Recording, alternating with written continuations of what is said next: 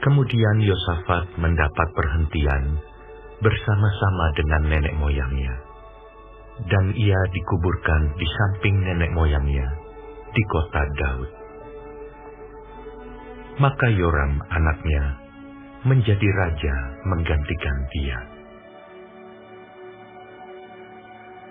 Saudara-saudaranya, anak-anak Yosafat, ialah Azaria, Yehiel, Zakaria, Azariahu, Mikael, dan Sefaja. Mereka semua anak-anak Yosafat, raja Israel. Ayahnya memberikan kepada mereka banyak pemberian, berupa emas dan perak, dan barang-barang berharga, juga kota-kota berkubu di Yehuda.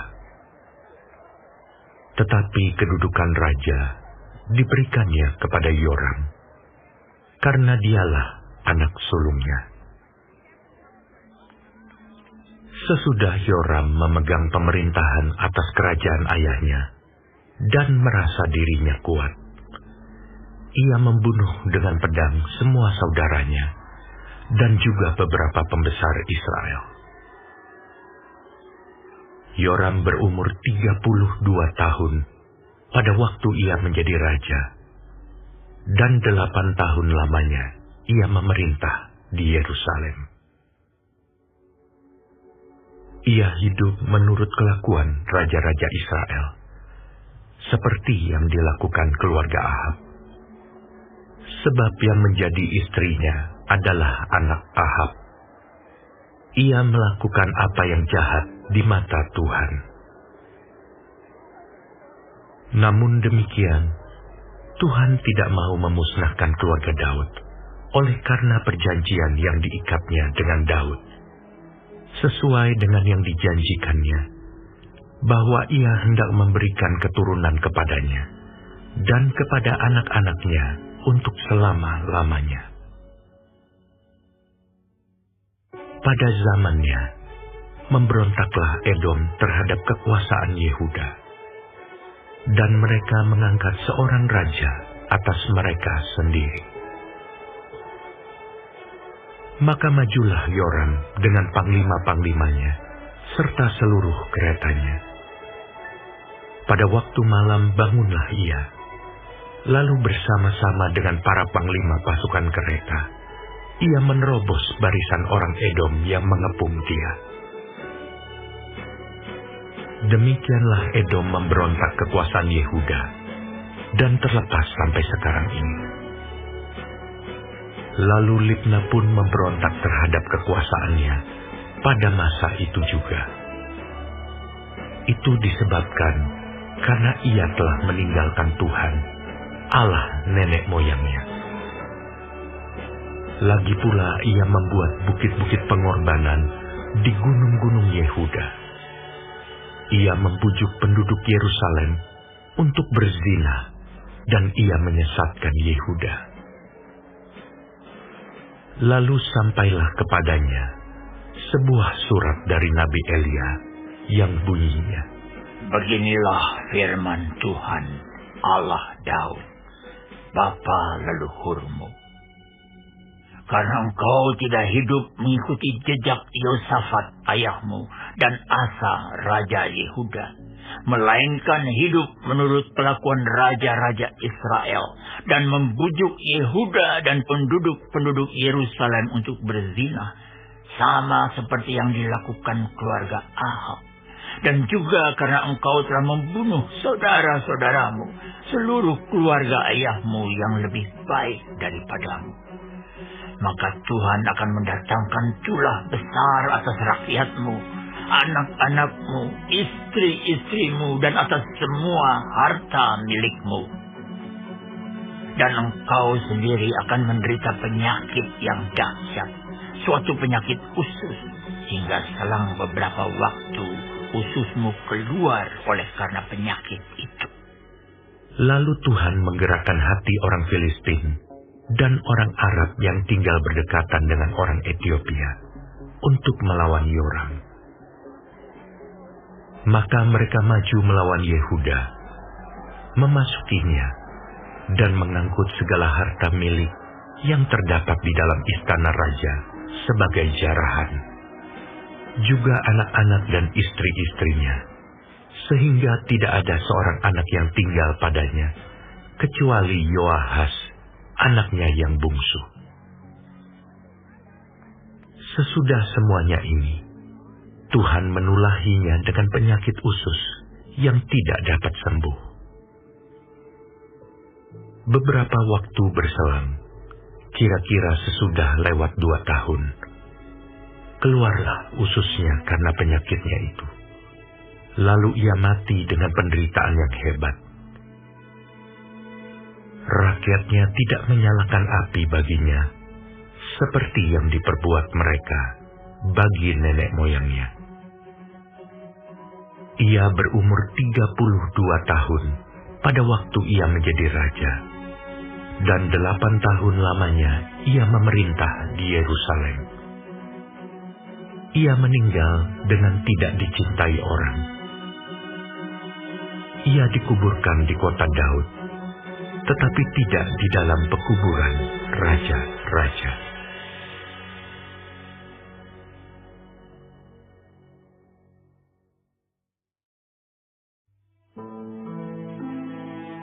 Lalu penduduk Yerusalem mengangkat Ahazia, anaknya yang bungsu, menjadi raja menggantikan dia. Karena semua anaknya yang lebih tua umurnya telah dibunuh oleh gerombolan yang datang ke tempat perkemahan bersama-sama orang-orang Arab. Dengan demikian Ahazia, anak Yoram raja Yehuda, menjadi raja. Ahazia berumur 42 tahun pada waktu ia menjadi raja, dan setahun lamanya ia memerintah di Yerusalem. Nama ibunya ialah Atalia, cucu Omri. Ia pun hidup menurut kelakuan keluarga Ahab, karena ibunya menasihatinya untuk melakukan yang jahat. Ia melakukan apa yang jahat di mata Tuhan, sama seperti keluarga Ahab. Sebab sesudah ayahnya mati, mereka menjadi penasihat-penasihatnya yang mencelakakannya. Atas nasihat mereka pula, ia pergi bersama-sama Yoram bin Ahab, raja Israel, untuk berperang melawan Hazael, raja Aram, di Ramot Gilead. Tetapi orang-orang Aram melukai Yoram. Kemudian pulanglah ia ke Yizreel untuk diobati oleh karena luka-luka yang didapatnya di Rama pada waktu ia berperang melawan Hazael, raja Aram. Dan Ahazia, anak Yoram, raja Yehuda, pergi menjenguk Yoram bin Ahab di Yizreel karena dia sakit. Telah ditentukan Allah bahwa Ahazia akan menemui ajalnya pada waktu ia mengunjungi Yoram. Maka ketika Ahazia datang, pergilah ia bersama-sama Yoram mendapatkan Yehu, cucu Nimsi, yang telah diurapi Tuhan, supaya dialah yang melenyapkan keluarga Ahab. Sementara Yehu melakukan penghukuman atas keluarga Ahab, ia menjumpai pembesar-pembesar Yehuda dan anak-anak saudara-saudara Ahazia yang melayani Ahazia. Juga mereka dibunuhnya. Lalu ia mencari Ahazia. Ahazia tertangkap ketika ia bersembunyi di Samaria. Ia dibawa kepada Yehu, lalu dibunuh, tetapi dikuburkan juga. Karena kata orang, "Dia ini cucu Yosafat yang mencari Tuhan dengan segenap hatinya." dari keluarga Ahazia tidak ada lagi yang sanggup memerintah. Ketika Atalia, ibu Ahazia, melihat bahwa anaknya sudah mati, maka bangkitlah ia membinasakan semua keturunan raja dari kaum Yehuda. Tetapi Yosabat, anak perempuan raja, mengambil Yoas bin Ahazia, menculik dia dari tengah-tengah anak-anak raja yang hendak dibunuh itu, memasukkan dia dengan inang penyusunya ke dalam gudang tempat tidur. Demikianlah Yosabat, anak perempuan Raja Yoram, istri Imam Yoyada. Ia adalah saudara perempuan Ahazia, menyembunyikan dia terhadap Atalia, sehingga ia tidak dibunuh Atalia. Maka tinggallah Yoas 6 tahun lamanya bersama-sama mereka dengan bersembunyi di rumah Allah, sementara Atalia memerintah negeri.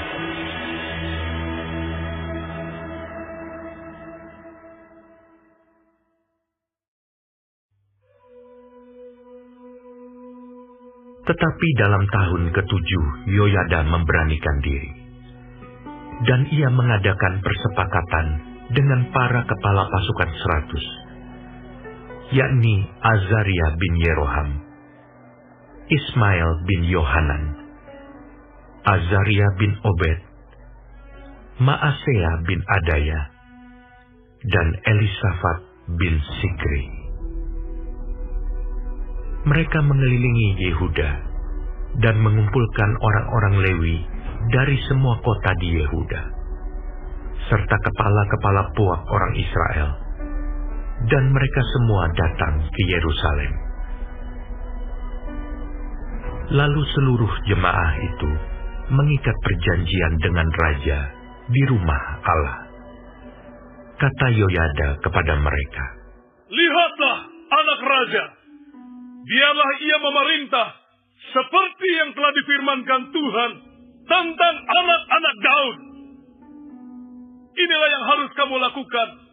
Sepertiga dari kamu, yakni yang selesai bertugas pada hari Sabat, baik imam maupun orang Lewi, haruslah menjadi penunggu pintu. Sepertiga lagi haruslah berada di istana raja, dan sepertiga pula di pintu gerbang dasar. Sedang seluruh rakyat haruslah berada di pelataran rumah Tuhan. Siapapun tidak boleh memasuki rumah Tuhan, selain daripada para imam dan orang-orang Lewi yang bertugas. Mereka boleh masuk karena mereka kudus, tetapi seluruh rakyat haruslah mentaati peraturan Tuhan. Dalam pada itu, orang-orang Lewi haruslah mengelilingi raja dari segala penjuru, masing-masing dengan senjatanya di tangannya. Dan siapa yang memasuki rumah itu haruslah dibunuh. Dan baiklah kamu menyertai raja setiap kali ia keluar atau masuk." Orang-orang Lewi dan seluruh Yehuda melakukan tepat seperti yang diperintahkan Imam Yoyada. Masing-masing mengambil orang-orangnya yang selesai bertugas pada hari Sabat, bersama-sama dengan orang-orang yang masuk bertugas pada hari itu. Karena Imam Yoyada tidak membebaskan rombongan-rombongan itu. Lalu Imam Yoyada memberikan kepada para kepala pasukan 100 itu tombak-tombak, utar-utar, dan perisai-perisai kepunyaan Raja Daud yang ada di rumah Allah. Ia menempatkan seluruh rakyat, masing-masing dengan lembing di tangannya, di lambung kanan sampai ke lambung kiri rumah itu, dengan mengelilingi mezbah dan rumah itu untuk melindungi raja. Sesudah itu Yoyada dan anak-anaknya membawa anak raja itu keluar, mengenakan jejamang kepadanya, dan memberikan hukum Allah kepadanya. mereka menobatkan dia menjadi raja serta mengurapinya. Lalu berserulah rakyat. Ketika Atalia mendengar pekik rakyat yang berlari-lari menyambut raja dan memuji-muji dia, pergilah ia mendapatkan rakyat itu ke dalam rumah Tuhan. Lalu dilihatnyalah raja berdiri dekat tiangnya pada jalan masuk. Sedang para pemimpin dengan para pemegang nafiri ada dekat raja. Dan seluruh rakyat negeri bersukaria sambil meniup nafiri. Sedang para penyanyi dengan alat-alat musik mereka memimpin nyanyian puji-pujian. Maka Atalia mengoyakkan pakaiannya sambil berkata, "Hianat! Hianat!" Tetapi Imam Yoyada menyuruh keluar para kepala pasukan 100, yakni orang-orang yang mengepalai tentara. Katanya kepada mereka, "Bawalah dia keluar dari antara barisan. Siapa yang memihak kepadanya harus dibunuh dengan pedang." Sebab imam itu telah berkata tadinya, "Jangan kamu membunuhnya di rumah Tuhan." Lalu mereka menangkap perempuan itu. Pada waktu ia sampai ke jalan masuk istana raja, pada pintu gerbang kuda, dibunuhlah ia di situ. Kemudian Yoyada mengikat perjanjian antara dia dengan segenap rakyat dan raja, bahwa mereka menjadi umat Tuhan. Sesudah itu, masuklah seluruh rakyat ke rumah Baal, lalu merobohkannya. Mereka memecahkan mezbah-mezbahnya dan patung-patungnya, dan membunuh Matan, imam Baal, di depan mezbah-mezbah itu. Kemudian Yoyada menyerahkan pengawasan atas rumah Tuhan kepada imam-imam dan orang-orang Lewi yang telah dibagi-bagi dalam rombongan oleh Daud untuk bertugas di dalam rumah Tuhan, yakni untuk mempersembahkan korban bakaran kepada Tuhan, seperti tertulis di dalam Taurat Musa, dengan sukaria dan dengan nyanyian menurut petunjuk Daud. Juga ditempatkannya penunggu-penunggu pintu pada pintu-pintu gerbang rumah Tuhan, supaya dalam hal apapun juga jangan masuk seseorang yang najis. Sesudah itu, ia mengajak para kepala pasukan 100, para pemuka, para pemerintah rakyat, dan seluruh rakyat negeri, lalu membawa raja turun dari rumah Tuhan. Mereka masuk ke istana raja melalui pintu gerbang atas, lalu mendudukkan raja ke atas tahta kerajaan. Bersukarialah seluruh rakyat negeri, dan amanlah kota itu, setelah Atalia mati dibunuh dengan pedang.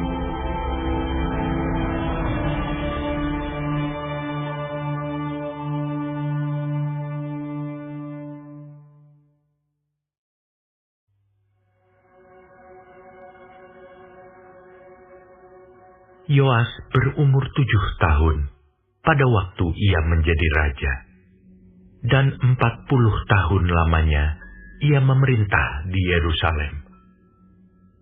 Nama ibunya ialah Zipia dari Bersyeba. Yoas melakukan apa yang benar di mata Tuhan selama hidup Imam Yoyada. Yoyada mengambil 2 orang istri bagi dia. Dari mereka ia mendapat anak laki-laki dan anak perempuan. Kemudian Yoas bermaksud untuk membaharui rumah Tuhan. Ia mengumpulkan para imam dan orang Lewi dan berkata kepada mereka, "Pergilah kamu ke kota-kota Yehuda dan kumpulkanlah uang dari seluruh orang Israel untuk memperbaiki rumah Allahmu setiap tahun. Lakukanlah hal itu dengan segera. Tetapi orang Lewi itu tidak melakukannya dengan segera. Lalu raja memanggil imam kepala Yoyada dan bertanya kepadanya, "Mengapa engkau tidak menuntut kepada orang-orang Lewi untuk membawa dari Yehuda dan dari Yerusalem pajak yang dikenakan Musa, hamba Allah itu, kepada jemaah Israel untuk kemah tempat hukum Allah? Sebab anak-anak Atalia, perempuan fasik itu, telah membongkar rumah Allah, bahkan memakai barang-barang kudus rumah Tuhan untuk para Baal." Sesudah itu, raja memerintahkan supaya dibuat sebuah peti dan ditempatkan di depan pintu gerbang rumah Tuhan. Lalu menyuruh mengumumkan di Yehuda dan di Yerusalem bahwa orang harus membawa bagi Tuhan pajak yang dikenakan Musa, hamba Allah itu, kepada orang Israel di padang gurun. Maka bersukacitalah semua pemimpin dan seluruh rakyat. Mereka datang membawa pajaknya dan memasukkannya ke dalam peti itu sampai penuh. Setiap kali peti itu dibawa masuk untuk diperiksa oleh orang-orang Lewi atas nama raja, dan apabila mereka melihat bahwa sudah banyak uang di dalamnya, maka datanglah panitera raja dan kuasa usaha imam kepala mengeluarkan isi peti itu. Kemudian mereka mengangkat peti itu, lalu menaruhnya pula di tempatnya. Demikianlah mereka lakukan setiap kali, dan banyaklah uang yang dikumpulkan. Raja dan Yoyada menyerahkan uang itu kepada mereka yang memanduri pekerjaan pada rumah Tuhan. Mereka ini mengupah tukang-tukang pahat dan tukang-tukang kayu untuk membaharui rumah Tuhan. Juga tukang-tukang besi dan tembaga untuk memperbaiki rumah Tuhan. Setelah itu, mulailah tukang-tukang itu bekerja. Pekerjaan perbaikan maju di bawah tangan mereka. Mereka membangun kembali rumah Allah menurut keadaannya semula dan mengokohkannya. Setelah mereka selesai, mereka membawa uang yang kelebihan kepada Raja dan Yoyada. Uang itu dipakai untuk membuat perkakas-perkakas rumah Tuhan, yakni perkakas-perkakas untuk penyelenggaraan kebaktian, perkakas-perkakas untuk korban bakaran, juga cawan-cawan, dan perkakas-perkakas emas dan perak. Sepanjang umur Yoyada, korban bakaran tetap dipersembahkan dalam rumah Tuhan. Yoyada menjadi tua dan lanjut umur, lalu matilah ia. 130 tahun umurnya ketika ia mati. Ia dikuburkan di kota Daud di samping raja-raja, karena perbuatan-perbuatannya yang baik di Israel terhadap Allah dan rumahnya.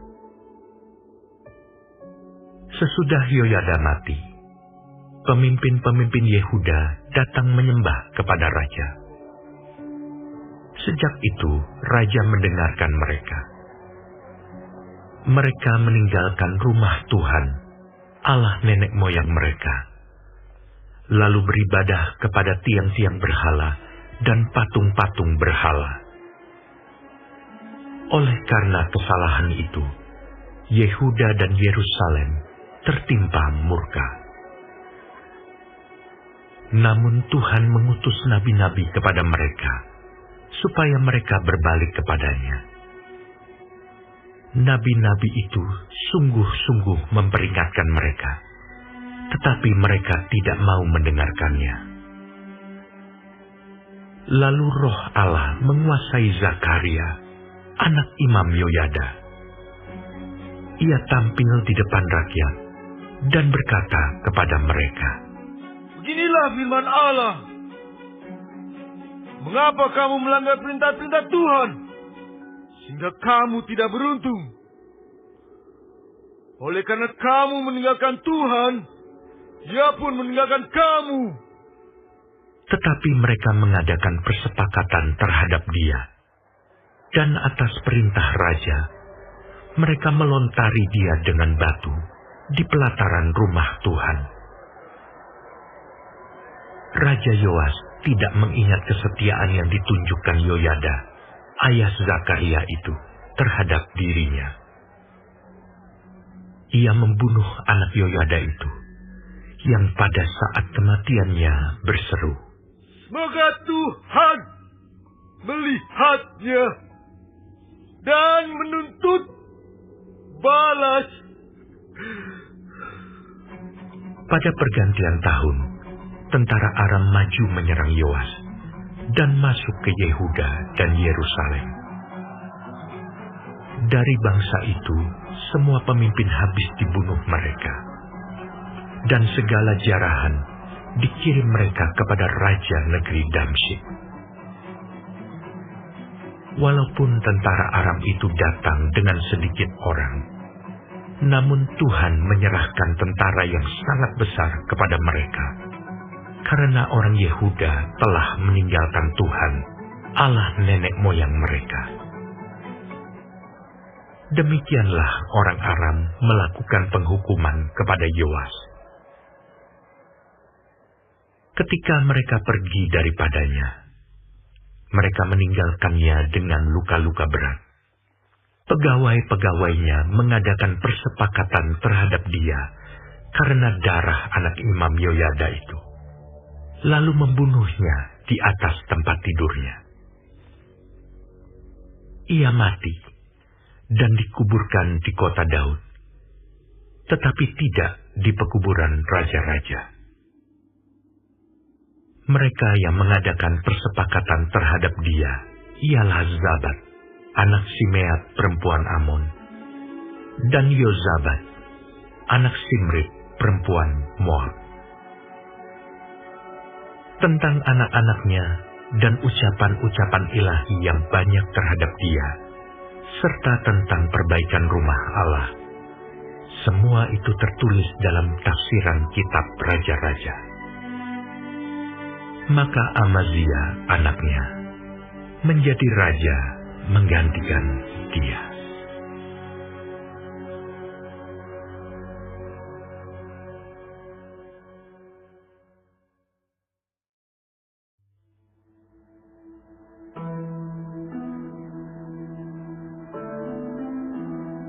Amazia berumur 25 tahun pada waktu ia menjadi raja, dan 29 tahun lamanya ia memerintah di Yerusalem. Nama ibunya ialah Yoadan dari Yerusalem. Ia melakukan apa yang benar di mata Tuhan, hanya tidak dengan segenap hati. Segera sesudah kuasa kerajaan itu kokoh di tangannya, dibunuhnyalah pegawai-pegawainya yang telah membunuh raja, yaitu ayahnya. Tetapi anak-anak mereka tidak dihukum mati olehnya, melainkan ia bertindak sesuai dengan apa yang tertulis dalam Taurat, yakni kitab Musa, di mana Tuhan telah memberi perintah. Janganlah ayah mati karena anaknya. Janganlah juga anak mati karena ayahnya. Melainkan setiap orang harus mati karena dosanya sendiri. Lalu Amazia mengumpulkan orang Yehuda dan menyuruh mereka, yakni seluruh orang Yehuda dan Benyamin, berdiri menurut puak-puaknya di bawah kepala-kepala pasukan 1.000 dan kepala-kepala pasukan 100. Ketika ia menghitung mereka yang berumur 20 tahun ke atas, didapatinya 300.000 teruna yang sanggup keluar berperang dengan tombak dan perisai. Selain itu, ia menyewa 100.000 pahlawan yang gagah perkasa dari Israel dengan bayaran 100 talenta perak. Tetapi seorang abdi Allah datang kepadanya dan berkata, "Ya Raja, janganlah tentara Israel dibiarkan bergabung kepada tuanku, karena Tuhan tidak menyertai Israel, yakni semua Bani Efraim ini. Dan jikalau mereka bergabung juga, bagaimanapun juga perbuatan dan kekuatanmu di dalam perang, Allah akan menggelincirkan engkau di depan musuh, sebab Allah mempunyai kuasa untuk menolong dan menggelincirkan." Lalu kata Amazia kepada abdi Allah itu, Bagaimana dengan 100 talenta yang telah kuberikan kepada pasukan-pasukan Israel itu? Jawab abdi Allah itu, "Tuhan dapat memberikan lebih daripada itu kepadamu." Kemudian Amazia memisahkan pasukan yang datang bergabung kepadanya dari Efraim, supaya mereka kembali ke tempat tinggalnya. Maka sangat marahlah mereka terhadap Yehuda. Mereka kembali ke tempat tinggalnya dengan marah yang menyala-nyala. Amazia mendapat keberanian, lalu memimpin rakyatnya ke lembah Asin, dan memukul kalah 10.000 orang dari Bani Seir. Selain itu, 10.000 orang ditawan hidup-hidup oleh Bani Yehuda, dan dibawa ke suatu puncak bukit batu. Lalu mereka dicampakkan dari puncak bukit batu itu, sehingga hancurlah mereka semua. Tetapi orang-orang dari pasukan yang dipulangkan Amazia, dan yang tidak diperbolehkan ikut berperang dengan dia, menyerbu kota-kota di Yehuda dari jurusan Samaria sampai ke Bet-Horon, dan menewaskan 3.000 orang penduduknya, dan merampas banyak jarahan. Ketika Amazia kembali, setelah mengalahkan orang-orang Edom itu, ia mendirikan para allah Bani Seir yang dibawanya pulang sebagai allahnya.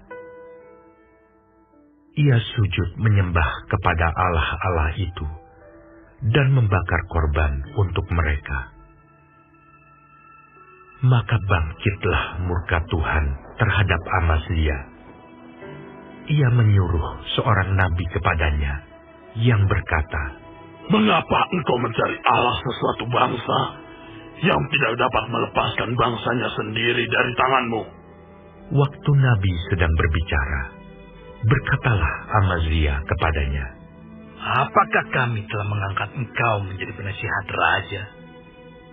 Diamlah. Apakah engkau mau dibunuh?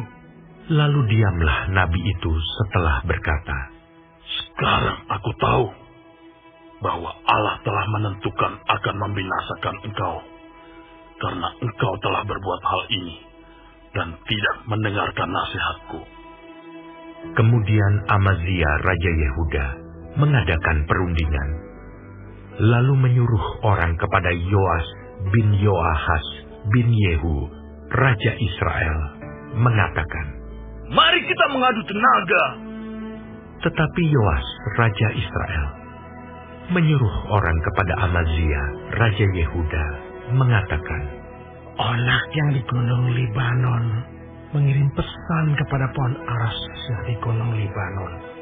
Bunyinya, berikanlah anakmu perempuan kepada anakku laki-laki menjadi istrinya.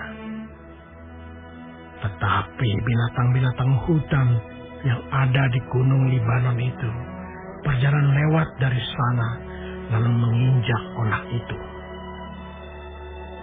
Pikirmu, engkau sudah mengalahkan Edom, Sebab itu hatimu mengangkat-angkat dirimu untuk mendapat kehormatan.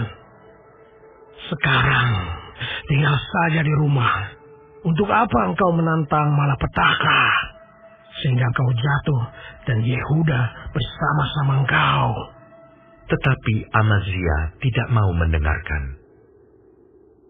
Sebab hal itu telah ditetapkan Allah yang hendak menyerahkan mereka ke dalam tangan Yoas, karena mereka telah mencari Allah orang Edom. Sebab itu majulah Yoas, Raja Israel, lalu mengadu tenagalah mereka. Ia dan Amazia, Raja Yehuda, di Bet-Semes, yang termasuk wilayah Yehuda. Yehuda terpukul kalah oleh Israel, sehingga masing-masing lari ke kemahnya. Yoas, Raja Israel, menangkap Amazia, Raja Yehuda, anak Yoas bin Yoahas, di Bet-Semes. Lalu Yoas membawa dia ke Yerusalem.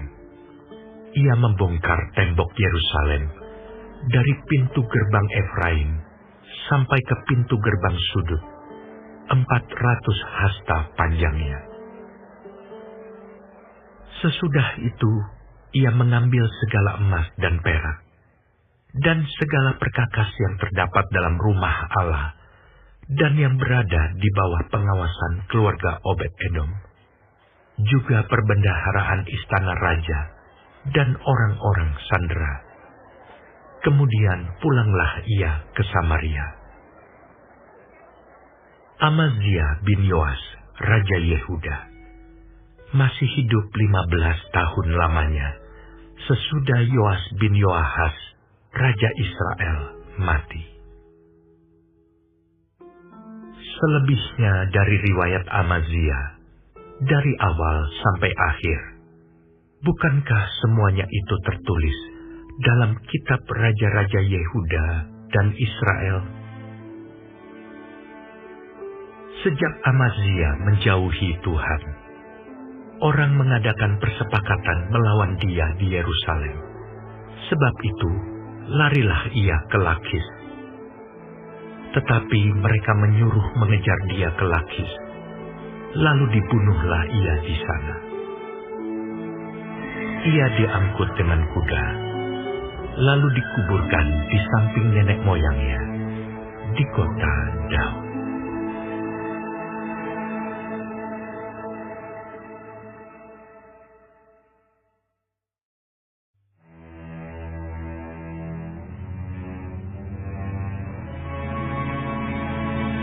Segenap bangsa Yehuda mengambil Uzia, yang masih berumur 16 tahun, dan menobatkan dia menjadi raja, menggantikan ayahnya, Amazia.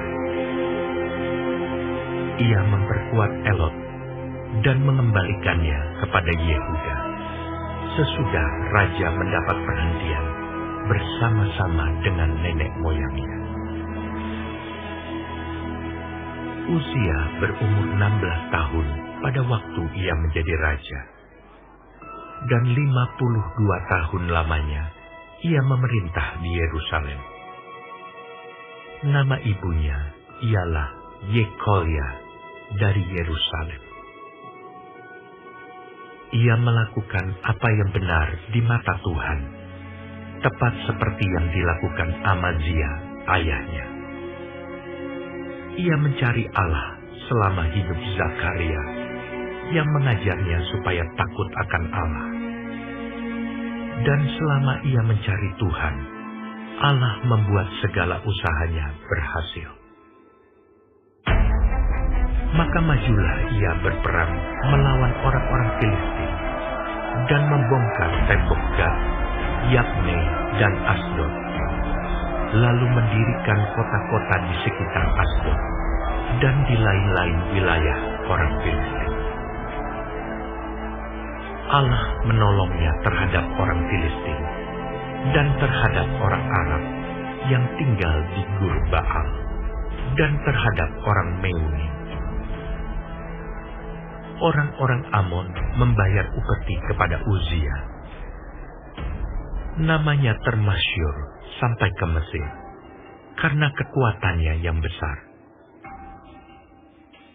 Uzia mendirikan menara di Yerusalem, di atas pintu gerbang sudut, di atas pintu gerbang lebak, dan di atas penjuru, serta mengokohkannya. Ia mendirikan juga menara-menara di padang gurun, dan menggali banyak sumur, karena banyak ternaknya, baik di dataran rendah maupun di dataran tinggi. Juga ia mempunyai petani-petani dan penjaga-penjaga kebun anggur, di gunung-gunung dan di tanah yang subur, karena ia suka pada pertanian. Selain itu, Uzia mempunyai tentara yang sanggup berperang, yang maju berperang dalam laskar-laskar, menurut jumlah anak buah yang dicatat oleh Panitra Yeiel dan penata usaha Maaseya, di bawah pimpinan Hananya, salah seorang panglima raja. Kepala-kepala puak pahlawan-pahlawan yang gagah perkasa itu, seluruhnya berjumlah 2.600 orang. Di bawah pimpinan mereka, terdapat satu bala tentara, terdiri dari 307.500 orang yang gagah perkasa dalam berperang, untuk membantu raja dalam menghadapi musuh. Uzia memperlengkapi seluruh tentara itu dengan perisai, tombak, ketopong, baju zirah, busur, dan batu umban. Ia membuat juga di Yerusalem alat-alat perang, ciptaan seorang ahli, yang dapat menembakkan anak panah dan batu besar, untuk ditempatkan di atas menara-menara dan penjuru-penjuru. Nama raja itu termasyhur sampai ke negeri-negeri yang jauh, karena ia ditolong dengan ajaib, sehingga menjadi kuat. Setelah ia menjadi kuat, ia menjadi tinggi hati, sehingga ia melakukan hal yang merusak. Ia berubah setia kepada Tuhan Allahnya, dan memasuki bait Tuhan untuk membakar ukupan di atas mezbah pembakaran ukupan. Tetapi Imam Azaria mengikutinya dari belakang, bersama-sama 80 imam Tuhan, orang-orang yang tegas. Mereka berdiri di depan Raja Uzia dan berkata kepadanya, "Hai Uzia, engkau tidak berhak membakar ukupan kepada Tuhan. Hanyalah imam-imam keturunan Harun yang telah dikuduskan yang berhak membakar ukupan. Keluarlah dari tempat kudus ini, karena engkau telah berubah setia. Engkau tidak akan memperoleh kehormatan dari Tuhan Allah karena hal ini." Tetapi Uzia, dengan bokor ukupan di tangannya untuk dibakar, menjadi marah. Sementara amarahnya meluap terhadap para imam, timbullah penyakit kusta pada dahinya di hadapan para imam di rumah Tuhan, dekat mezbah pembakaran ukupan. Imam kepala Azaria dan semua imam lainnya memandang kepadanya, dan sesungguhnya ia sakit kusta pada dahinya. Cepat-cepat mereka mengusirnya dari sana, dan ia sendiri tergesa-gesa keluar, karena Tuhan telah menimpakan tulah kepadanya. Raja Uzia sakit kusta sampai kepada hari matinya. Dan sebagai orang yang sakit kusta, ia tinggal dalam sebuah rumah pengasingan, karena ia dikucilkan dari rumah Tuhan. Dan Yotam anaknya mengepalai istana raja, dan menjalankan pemerintahan atas rakyat negeri itu. Selebihnya dari riwayat Uzia, dari awal sampai akhir, ditulis oleh Nabi Yesaya bin Amos. Kemudian Uzia mendapat perhentian bersama-sama dengan nenek moyangnya. Dan ia dikuburkan di samping nenek moyangnya, di ladang dekat pekuburan raja-raja, karena ia berpenyakit kusta, kata orang. Maka Yotam anaknya menjadi raja menggantikan dia.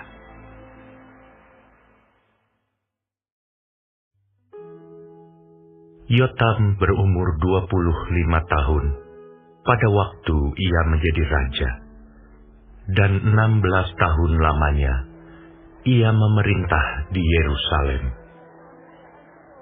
Nama ibunya ialah Yerusa, anak Zadok. Ia melakukan apa yang benar di mata Tuhan, tepat seperti yang dilakukan Uzia ayahnya. Hanya ia tidak memasuki bait Tuhan. Tetapi rakyat masih saja melakukan hal yang merusak. Ia mendirikan pintu gerbang tinggi di rumah Tuhan dan mengadakan banyak pembangunan pada tembok Ofel. Ia mendirikan juga kota-kota di pegunungan Yehuda dan benteng-benteng, serta menara-menara di hutan-hutan. Ia berperang melawan Raja Bani Amon dan mengalahkannya, sehingga pada tahun itu juga Bani Amon membayar kepadanya 100 talenta perak, 10.000 kor gandum, dan 10.000 kor jelai. Juga pada tahun kedua dan ketiga, Bani Amon membawa upeti itu kepadanya. Yotam menjadi kuat karena ia mengarahkan hidupnya kepada Tuhan Allahnya. Selebihnya dari riwayat Yotam, segala peperangan dan tingkah langkahnya, sesungguhnya semuanya itu tertulis dalam kitab Raja-Raja Israel dan Yehuda. Ia berumur 25 tahun pada waktu ia menjadi raja, dan 16 tahun lamanya ia memerintah di Yerusalem. Kemudian Yotam mendapat perhentian bersama-sama nenek moyangnya, dan ia dikuburkan di kota Daud. Maka Ahaz anaknya menjadi raja menggantikan dia.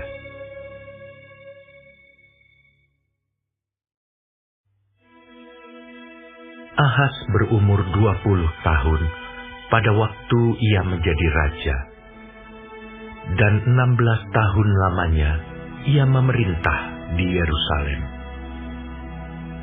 Ia tidak melakukan apa yang benar di mata Tuhan, seperti Daud, bapa leluhurnya. Tetapi ia hidup menurut kelakuan raja-raja Israel. Bahkan ia membuat patung-patung tuangan untuk para Baal. Ia membakar juga korban di lebak Ben Hinnom, dan membakar anak-anaknya sebagai korban dalam api, sesuai dengan perbuatan keji bangsa-bangsa yang telah dihalaukan Tuhan dari depan orang Israel. Ia mempersembahkan dan membakar korban di bukit-bukit pengorbanan, dan di atas tempat-tempat yang tinggi, dan di bawah setiap pohon yang rimbun. Sebab itu Tuhan Allahnya menyerahkannya ke dalam tangan raja orang Aram. Mereka mengalahkan dia dan menawan banyak orang daripadanya yang diangkut ke Damsyik. Kemudian ia diserahkan pula ke dalam tangan Raja Israel dan mengalami kekalahan yang besar. Sebab dalam sehari, Pekah bin Remalia menewaskan di Yehuda 120.000 orang. Semuanya orang-orang yang tangkas, oleh karena mereka telah meninggalkan Tuhan, Allah nenek moyang mereka.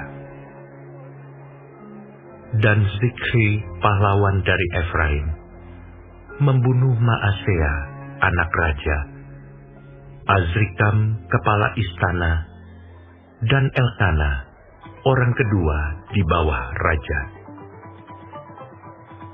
Orang Israel menawan dari saudara-saudaranya 200.000 orang, yakni perempuan-perempuan, serta anak-anak lelaki dan anak-anak perempuan. Mereka merampas juga banyak harta milik daripada orang-orang itu, dan membawa rampasan itu ke Samaria. Tetapi di sana ada seorang nabi Tuhan yang bernama Oded. Ia pergi menemui tentara yang pulang ke Samaria dan berkata kepada mereka, "Lihatlah, karena kehangatan murkanya kepada Yehuda, Tuhan Allah nenek moyangmu menyerahkan mereka ke dalam tanganmu.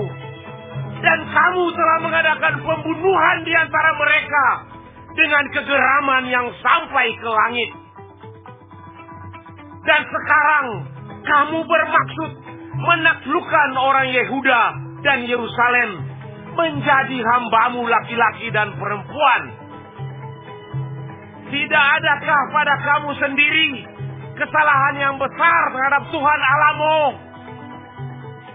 Maka sekarang dengarkanlah kataku ini. Kembalikanlah orang-orang yang kamu tawan dari saudara-saudaramu itu, karena murka Allah menyala-nyala terhadap kamu." Lalu bangkitlah beberapa pemimpin Bani Efraim, yakni Azaria bin Yohanan, Berekia bin Mesilemot, Yehizkia bin Salum, dan Amasa bin Hadlai, menghadapi orang-orang yang pulang dari perang, dan berkata kepada mereka, "Jangan bawa tawanan-tawanan itu kemari, sebab maksudmu itu menjadikan kita bersalah terhadap Tuhan dan menambah dosa dan kesalahan kita. Sudah cukup besar kesalahan kita, dan murka yang menyala-nyala telah menimpa Israel." Lalu orang-orang yang bersenjata itu meninggalkan tawanan dan barang-barang rampasannya di muka para pemimpin dan seluruh jemaah. Dan orang-orang yang ditunjuk dengan disebut namanya bangkit, lalu menjemput para tawanan itu. Semua orang yang telanjang mereka berikan pakaian dari rampasan itu.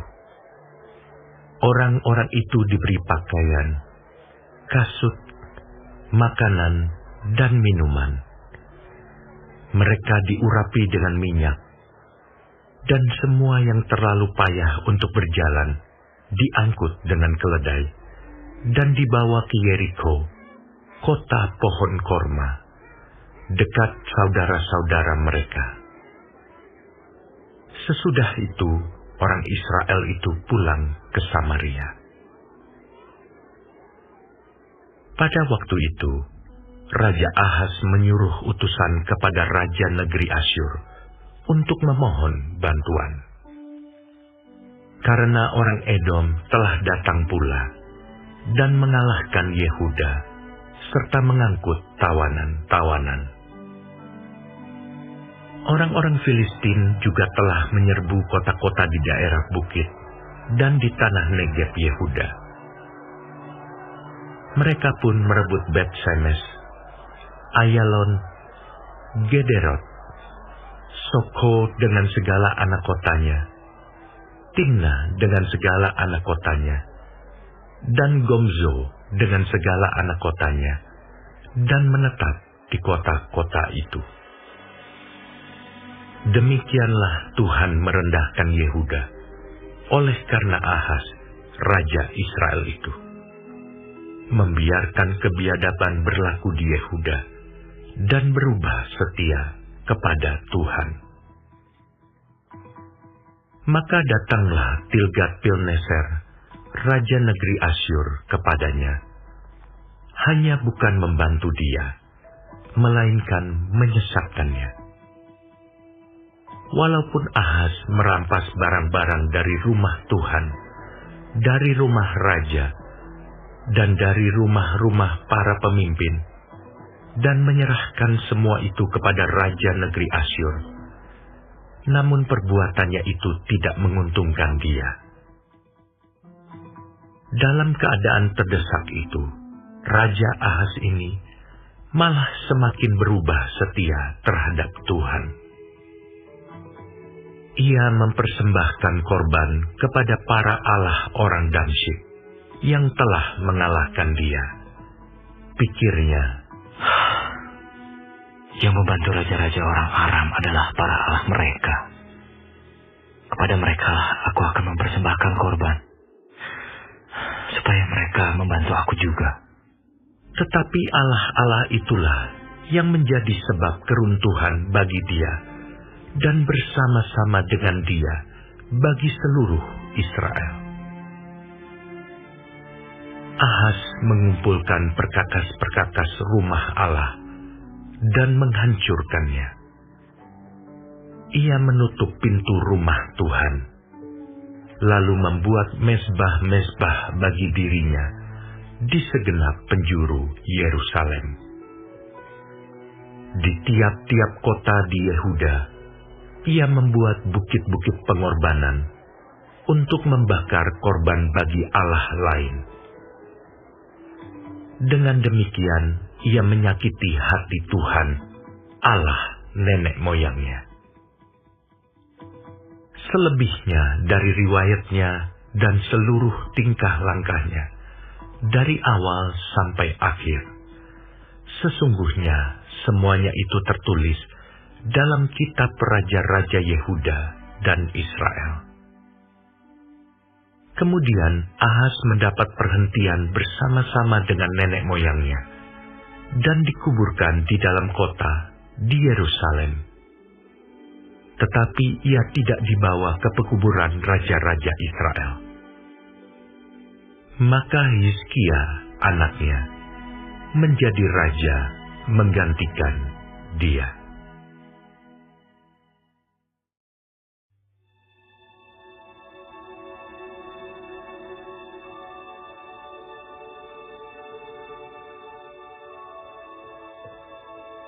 Hizkia berumur 25 tahun pada waktu ia menjadi raja. Dan 29 tahun lamanya ia memerintah di Yerusalem. Nama ibunya ialah Abia, anak Zakaria. Ia melakukan apa yang benar di mata Tuhan, tepat seperti yang dilakukan Daud, bapa leluhurnya. Pada tahun pertama pemerintahannya, dalam bulan yang pertama, ia membuka pintu-pintu rumah Tuhan dan memperbaikinya. Ia mendatangkan para imam dan orang-orang Lewi dan mengumpulkan mereka di halaman sebelah timur. Katanya kepada mereka, "Dengarlah, hai orang-orang Lewi. Sekarang kuduskanlah dirimu dan kuduskanlah rumah Tuhan, Allah nenek moyangmu. Keluarkanlah kecemaran dari tempat kudus, karena nenek moyang kita telah berubah setia. Mereka melakukan apa yang jahat di mata Tuhan, Allah kita. Telah meninggalkannya, mereka telah memalingkan muka dari kediaman Tuhan dan membelakanginya. Bahkan mereka menutup pintu-pintu balai rumah Tuhan dan memadamkan segala pelita. Mereka tidak membakar korban ukupan dan tidak mempersembahkan korban bakaran bagi Allah orang Israel di tempat kudus. Sehingga murka Tuhan menimpa Yehuda dan Yerusalem. Ia membuat mereka menjadi kengerian, kedahsyatan, dan sasaran suitan seperti yang kamu lihat dengan matamu sendiri.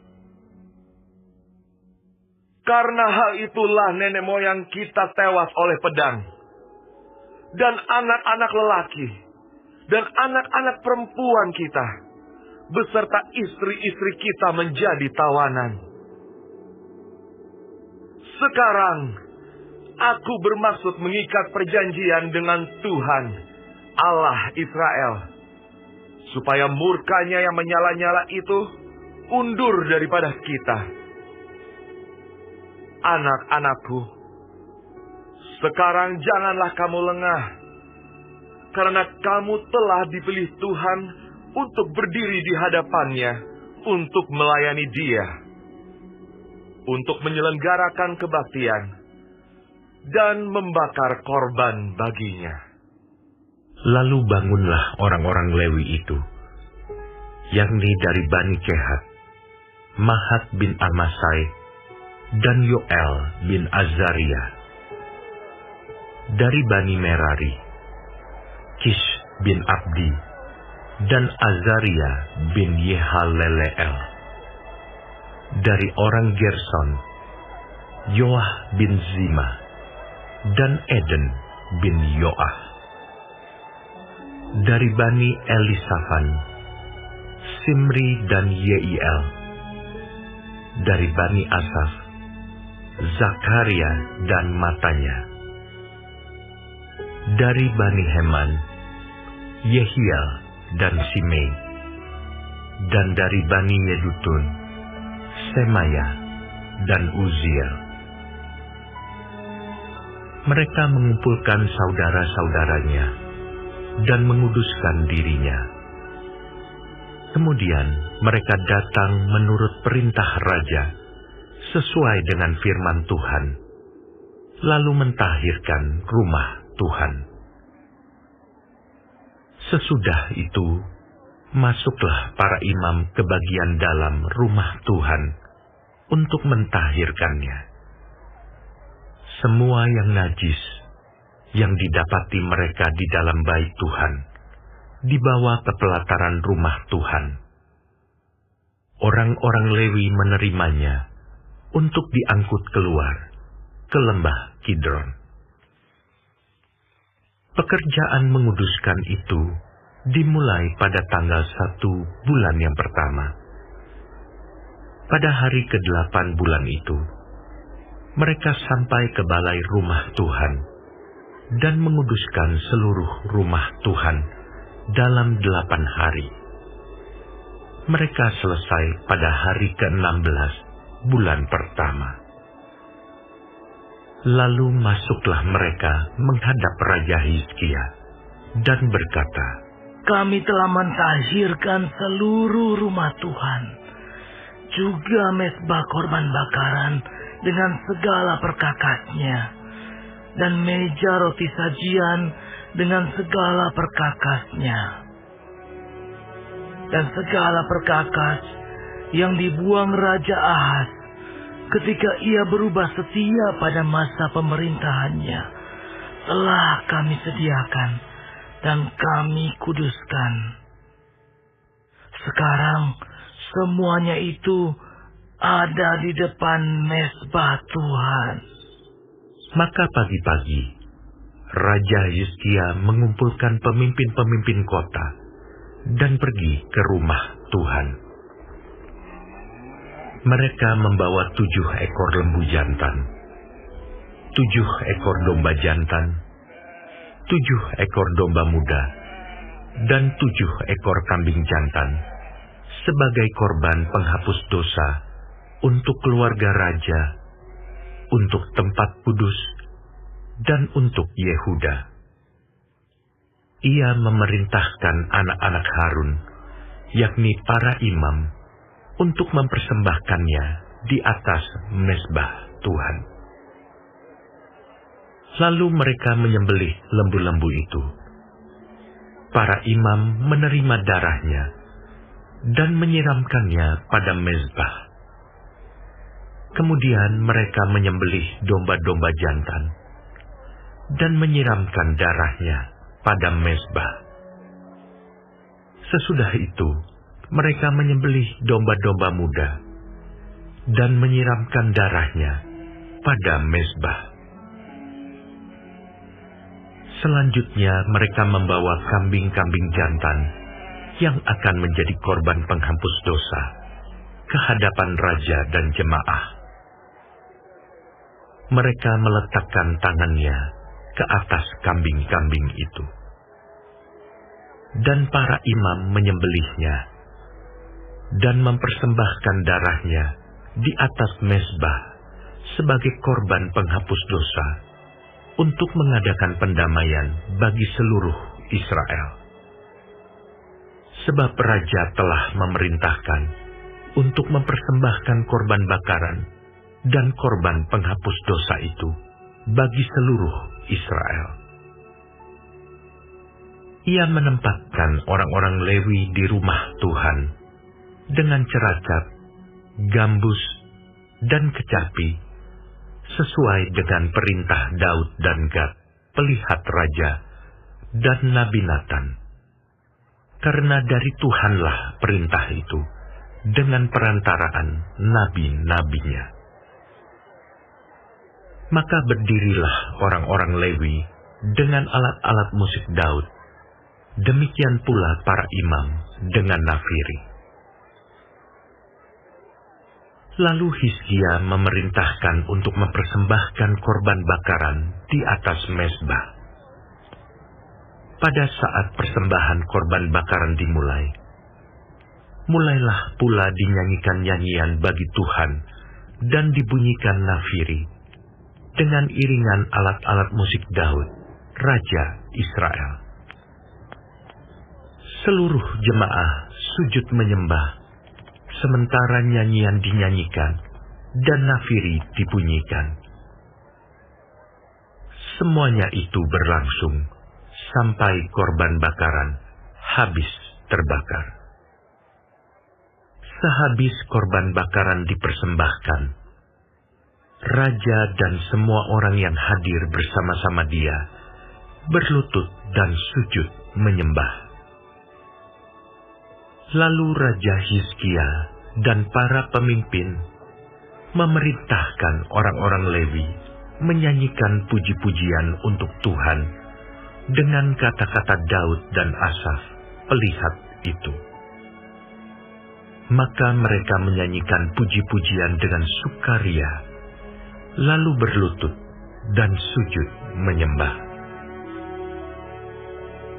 Kemudian berbicaralah Hizkia. Sekarang kamu telah mentahbiskan dirimu untuk Tuhan. Mendekatlah dan bawalah korban-korban sembelihan dan korban-korban syukur ke rumah Tuhan. Lalu jemaah membawa korban-korban sembelihan dan korban-korban puji-pujian. Setiap orang yang rela hati membawa juga korban-korban bakaran. Jumlah korban bakaran yang dibawa jemaah ialah lembu 70 ekor, domba jantan 100 ekor, dan domba muda 200 ekor. Semuanya sebagai korban bakaran bagi Tuhan. Persembahan-persembahan kudus terdiri dari lembu sapi 600 ekor, dan kambing domba 3.000 ekor. Tetapi jumlah imam terlalu sedikit, sehingga mereka tidak sanggup menguliti semua korban bakaran. Oleh sebab itu, saudara-saudara mereka, orang-orang Lewi, membantu mereka sampai pekerjaan itu selesai, dan sampai para imam menguduskan dirinya. Sebab orang-orang Lewi itu lebih bersungguh-sungguh menguduskan dirinya daripada para imam. Lagi pula korban bakaran itu banyak, dengan segala lemak korban keselamatan dan segala korban curahan pada korban-korban bakaran itu. Demikianlah ibadah di rumah Tuhan ditetapkan kembali. Hizkia dan seluruh rakyat bersukacita akan apa yang telah ditetapkan Allah bagi bangsa itu, karena hal itu terjadi dengan tak disangka-sangka.